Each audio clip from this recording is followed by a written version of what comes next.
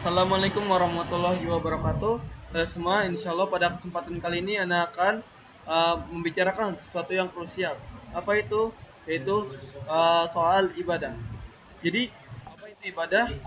Secara bahasa ini adalah menghinakan dan merendahkan diri. Jadi, kalau kita beribadah kepada Allah Subhanahu wa taala, kita itu sedang menghinakan dan merendahkan diri kepadanya. Maka dari itu kita tidak boleh sembarangan beribadah. Kalau misalnya kita beribadah kepada selain Allah, artinya kita menghinakan diri kita sendiri kepada selain Allah. Contohnya kepada batu ataupun yang lainnya. Nah, dan secara istilah itu adalah uh, dari Syekh Islam bin Taimiyah, sebuah nama yang mencakup segala hal yang dicintai dan diridhai oleh Allah Subhanahu wa taala, baik berupa ucapan maupun perbuatan, yang lahir atau nampak maupun yang batin atau tersembunyi. Nah, jadi uh, di ibadah juga ada syarat-syaratnya teman-teman. Kita nggak bisa ngasal-ngasal. Salah satunya adalah ikhlas, yaitu memurnikan niat hanya untuk kepada Allah Subhanahu wa taala. Kalau misalnya nih kita sholat atau misalnya kita ngaji, sedekah atau apapun ibadah itu, tapi kita niatnya untuk selain Allah, misalnya untuk terlihat keren gitu ya, terlihat keren. Nah, untuk manusia lah. Itu ntar amalan kita semua tertolak teman-teman. Dan salah satu dalilnya adalah dari Al-Bainah ayat 5.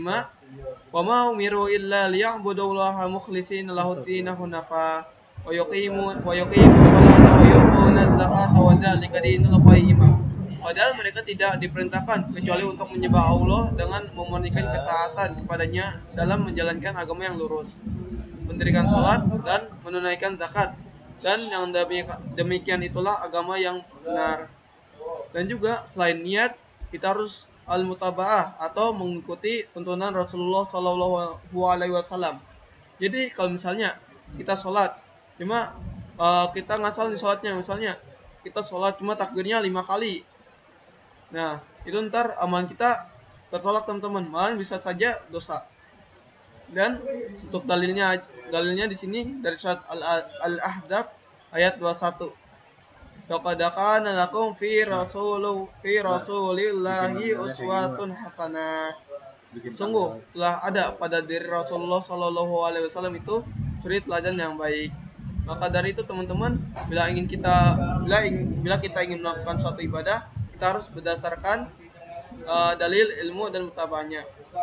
Nah, oke. Kita lanjut. Di sini yang ketiga ada rukun-rukun ibadah. Di sini terdiri dari 3. Yang pertama itu al-mahabbah atau melakukan ibadah dengan penuh rasa cinta kepada Allah Subhanahu wa taala.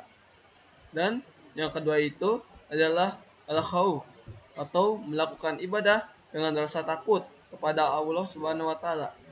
Dan yang terakhir itu ar-raja, melakukan ibadah dengan penuh harap kepada Allah Subhanahu wa taala agar mendapatkan pahala dan diterima ibadahnya.